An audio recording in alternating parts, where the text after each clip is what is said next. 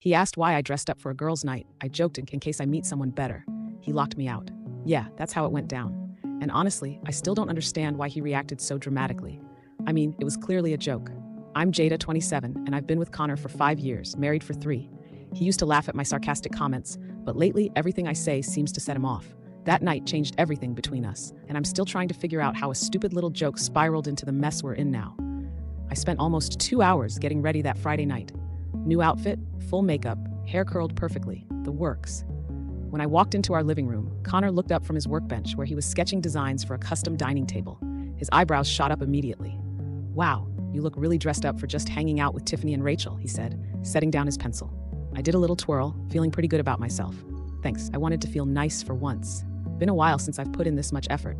The look on his face changed. I couldn't quite read it. You never dress up like that when we go out. I rolled my eyes.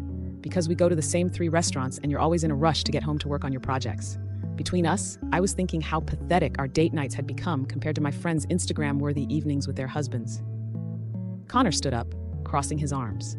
So, you're putting in all this effort for your friends, but not for me. That's when I should have just explained that I needed a confidence boost or something. Instead, I laughed and said, well, you never know. Maybe I'll meet someone better tonight. The second those words left my mouth, I saw something harden in his expression. He didn't yell, didn't even raise his voice. He just looked at me with this coldness I'd never seen before. That's not funny, Jada, not even a little bit. I huffed and grabbed my purse. Oh my God, it was just a joke. When did you become so sensitive? You need to lighten up. Is it though a joke? He asked quietly. Because lately it feels like you're always looking for reasons to be disappointed in me. Now you're being dramatic, I said, checking the time on my phone. I got to go. The girls are waiting. He didn't say goodbye. I didn't think much of it. We'd had little spats before. I figured he'd cool off by the time I got home. Girls' night was at this new cocktail place downtown. Perfect lighting, fancy drinks, the kind of spot where people accidentally take photos for social media. Tiffany was already there with her perfect hair and designer bag that her husband bought her for their anniversary. Between us, I can't stand how she always has to one-up everyone else's relationships. Oh my God, you look amazing. She squealed when I arrived. I couldn't help but notice her quick up and down assessment of my outfit. Total frenemy behavior. Thanks, I said, sliding into the booth. I needed this night out. Connor's been in one of his moods lately. Rachel joined us a few minutes later. Sorry I'm late. Mark wouldn't stop asking questions about where we were going. I rolled my eyes. Connor was weird about me dressing up too. What? We can't look nice without it being for some guy?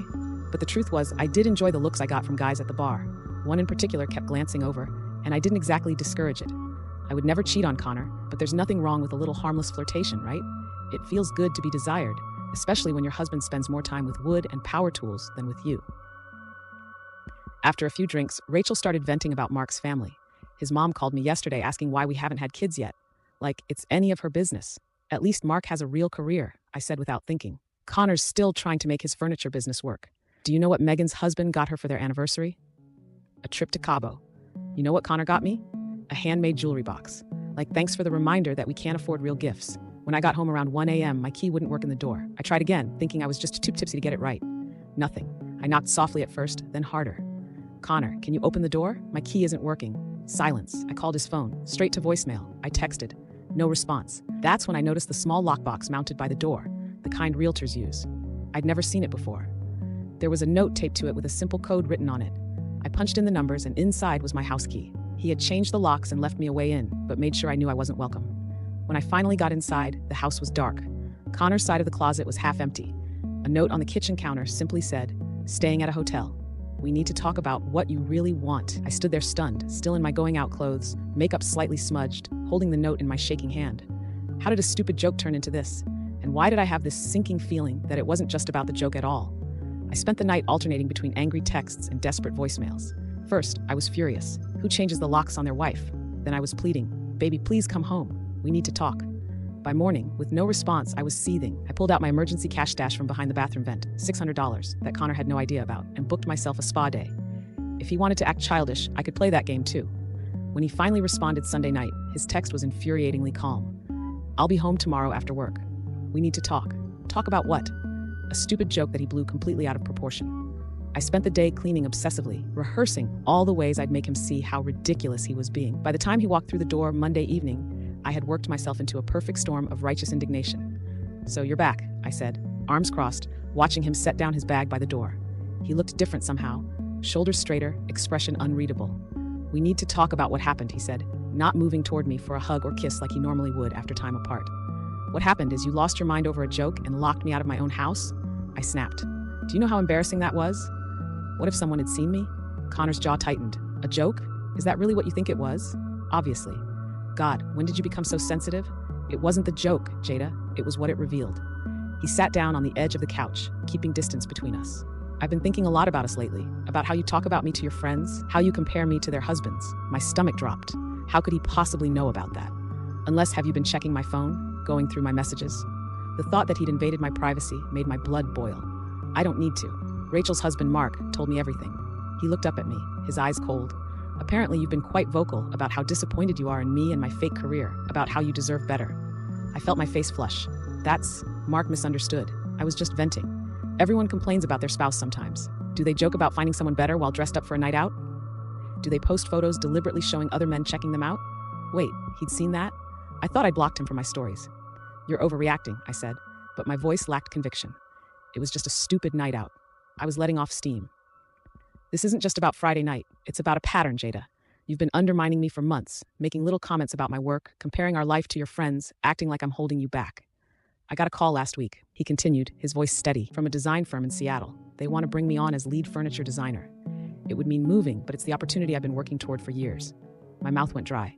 Seattle, you can't be serious. My entire life is here. My job, my friends. You can't expect me to just uproot everything. I told him I needed time to think about it, to talk to my wife. His emphasis on the last word felt like an accusation. But after Friday, I realized something. You don't see a future with me, do you? Not really. I'm just the placeholder until someone better comes along. That's not fair, I said, tears springing to my eyes. I could feel this conversation slipping away from me, my usual tactics of deflection and emotional displays having no effect. You're twisting everything. Am I? Because from where I'm standing, it seems pretty clear. You're embarrassed by me, by what I do, by what we have together. No, I whispered. But even to my own ears, it sounded hollow. I love what I do, Jada. I'm good at it, and I thought you were proud of me. But lately, all I hear is how I don't measure up to your friends' husbands. How what I make isn't good enough. How I'm not good enough. I'm staying in the guest room tonight. I need some space to think about what I want. Maybe you should do the same. But he didn't come around. The next morning, Connor was gone before I woke up. No note, no text, just empty space where he should have been. I stormed into my supervisor's office, claiming a family emergency, and left early. My plan was simple. I'd go to his workshop, force him to talk to me, make him see reason. We couldn't just leave things hanging like this. He didn't get to walk away from me. When I pulled up to the converted warehouse space he rented with 2 other craftsmen, I spotted his truck in the parking lot. Good. No running away this time. I checked my reflection in the rearview mirror, dabbed on some lip gloss, and straightened my blouse. You catch more flies with honey, after all. The workshop was filled with the familiar scent of sawdust and varnish. One of Connor's workshop partners, Dave, looked up in surprise when I walked in. Jada, Connor's not here. His truck's outside, I said, glancing around at the half-finished pieces scattered throughout the space. Yeah, but he left about an hour ago with Elise. Something about meeting clients for a custom piece. Elise. The name hit me like a slap. She was the interior designer who occasionally collaborated with Connor on projects for high-end clients.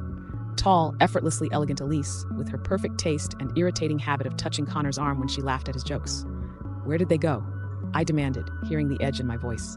Dave looked uncomfortable. I don't know the details. Some client's house, I think. I stormed back to my car, immediately pulling up Instagram to check Elise's profile. Nothing recent. I tried Connor again, straight to voicemail. This was beyond insulting. We were in the middle of the biggest fight of our marriage, and he was off with another woman. A prettier, more successful woman who shared his passion for design. When I got home, I did something I'd never done before. I went into his office and opened his laptop. What I found made my stomach turn. There were dozens of emails between Connor and the Seattle firm going back months. They'd been courting him since January, sending him project ideas, salary details, relocation packages. He'd responded enthusiastically, sending them portfolio pieces I'd never even seen. He'd been planning this without saying a word to me. And then there were the messages with Elise. Nothing inappropriate, nothing I could point to as evidence of anything beyond professional collaboration. But their easy rapport was obvious. She understood his design language, offered insightful suggestions, shared articles and inspiration photos. They had inside jokes. They had a connection. I sat back, a cold realization washing over me. Connor had built a whole life I knew nothing about. Professional achievements, ambitions, connections. And why hadn't he shared it with me? Because I'd made it clear I didn't value any of it. Every time I dismissed his work as a hobby, compared him unfavorably to my friends' husbands, rolled my eyes at his enthusiasm, I'd been pushing him away without realizing it. No, this wasn't my fault. He should have talked to me. He should have made me understand how important it was. Instead, he just shut down, built his little secret world, and now was threatening to blow up our marriage over a stupid joke. By the time Connor came home that evening, I'd worked myself back into righteous anger. He found me sitting at the kitchen table, his laptop open in front of me. "You went through my computer." His voice was quiet, dangerous. "You've been hiding things from me," I countered.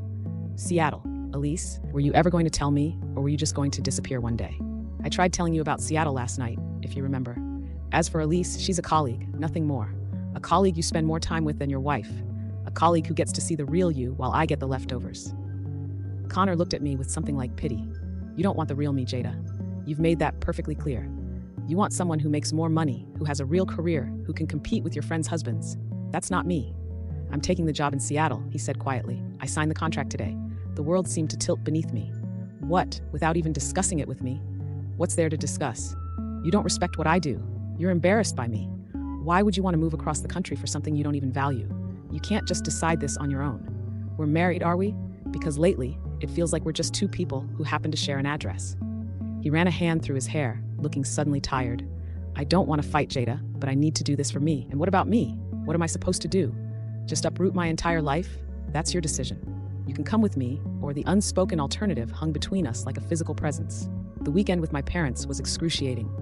I had planned to tell them Connor was on a business trip, but he showed up Friday evening to help with dinner like nothing was wrong. He was perfectly charming, asking my dad about his golf game and complimenting my mom's new haircut. If my parents noticed the tension between us, they didn't mention it. It was during dessert that my mom casually asked, "So how's the furniture business going, Connor?" Before he could answer, I jumped in with a tight laugh. "Oh, still making tables that take months to finish and sell for less than they're worth." The silence that followed was deafening. I could feel Connor's eyes on me, but I refused to look at him. "Actually," he said after a moment, his voice steady, "I've been offered a position with Westbrook Design in Seattle, lead furniture designer for their custom residential line." My mother's eyes widened. "Seattle, but that's so far away." "It's an incredible opportunity," Connor continued. "They're one of the top design firms in the country." "We haven't decided anything yet," I cut in sharply. "It's just an offer." "I've accepted the position," Connor corrected, finally looking at me. "The moving date is flexible, but I start in 6 weeks." My parents exchanged glances. My father cleared his throat. "And you'll be going too, Jada?" The question hung in the air. Connor said nothing, leaving me to answer. "We haven't figured that out yet," I managed, fighting back tears of humiliation. How dare he blindside me like this in front of my parents? That night, after they'd gone to the guest room, I confronted him in the kitchen. "What was that?" Announcing it to my parents before we've even decided. "I have decided, Jada. I told you that. What you decide is up to you. So you're fine with throwing away our marriage over what? Your ego? Because I made one comment about your precious furniture?" Connor leaned against the counter, arms crossed. "No, because I finally realized I can't make you happy, and I'm tired of trying." That night, I drove to Connor's workshop event. It was a gallery showing of pieces from all 3 craftsmen who shared the space. I dressed carefully, trying to look supportive, but not trying too hard. This wasn't about making a scene or winning him back with a low-cut dress. It was about seeing if there was still something worth saving. The gallery was packed when I arrived. Local design enthusiasts, potential clients, and friends of the artists mingled among the displayed furniture pieces.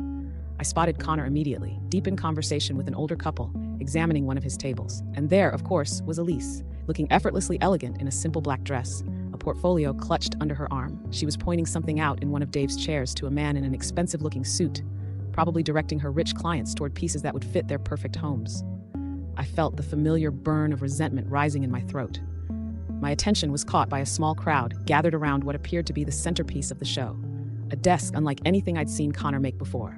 Sleek lines combined with organic curves, with hidden compartments revealed by touching certain spots in the wood grain. As I watched, Connor demonstrated how the surface could be adjusted for standing or sitting, how a hidden panel slid out to reveal a charging station for devices. "This piece represents a new direction for my work," I heard him explaining. "It's part of a collection I'll be developing in Seattle with Westbrook Design." The pride in his voice was unmistakable.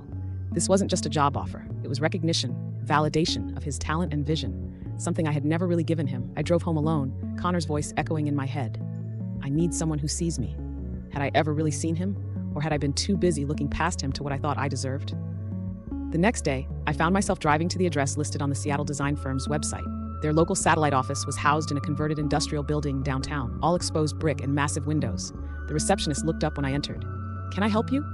"I'm researching the company," I said lamely. "My husband is considering a position here. Of course, we have some literature about our company culture and benefits." She handed me a sleek brochure. "It's a fantastic place to work. The Seattle office is even more impressive than this one." I flipped through the glossy pages. Photos of beautiful workspaces, smiling employees, and most significantly, stunning furniture pieces prominently featured in upscale homes and boutique hotels. Connor's work would fit perfectly here. He would thrive in this environment. I was nearly to my car when my phone buzzed.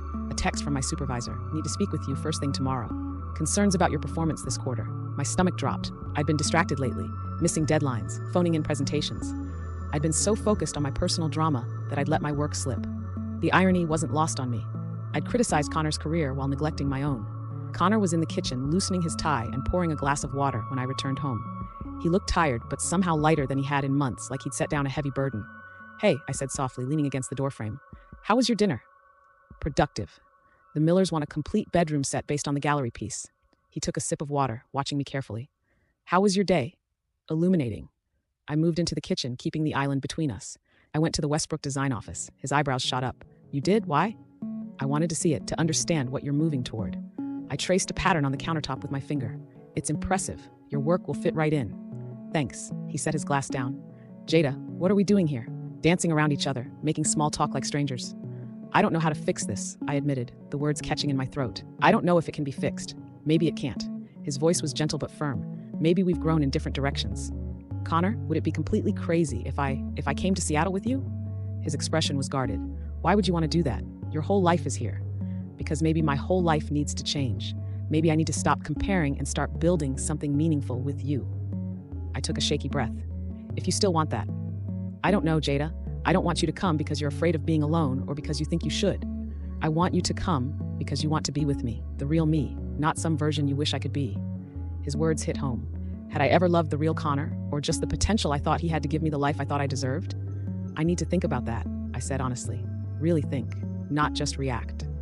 6 months later, I was scrolling through Instagram when a promoted post caught my eye. A stunning furniture collection from Westbrook Design featuring Connor's distinctive style. The caption read, "Breakthrough designer Connor Ellis brings his unique vision to our spring collection." The photo showed sleek, innovative pieces that somehow managed to be both avant-garde and timeless. I clicked through to Connor's professional profile, photos of his workshop in Seattle, of gallery openings, of collaborations with other artists. He'd cut his hair shorter, grown a neat beard.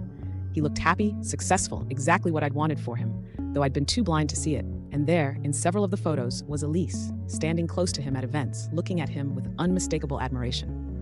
The kind of look I used to give him before I started taking him for granted.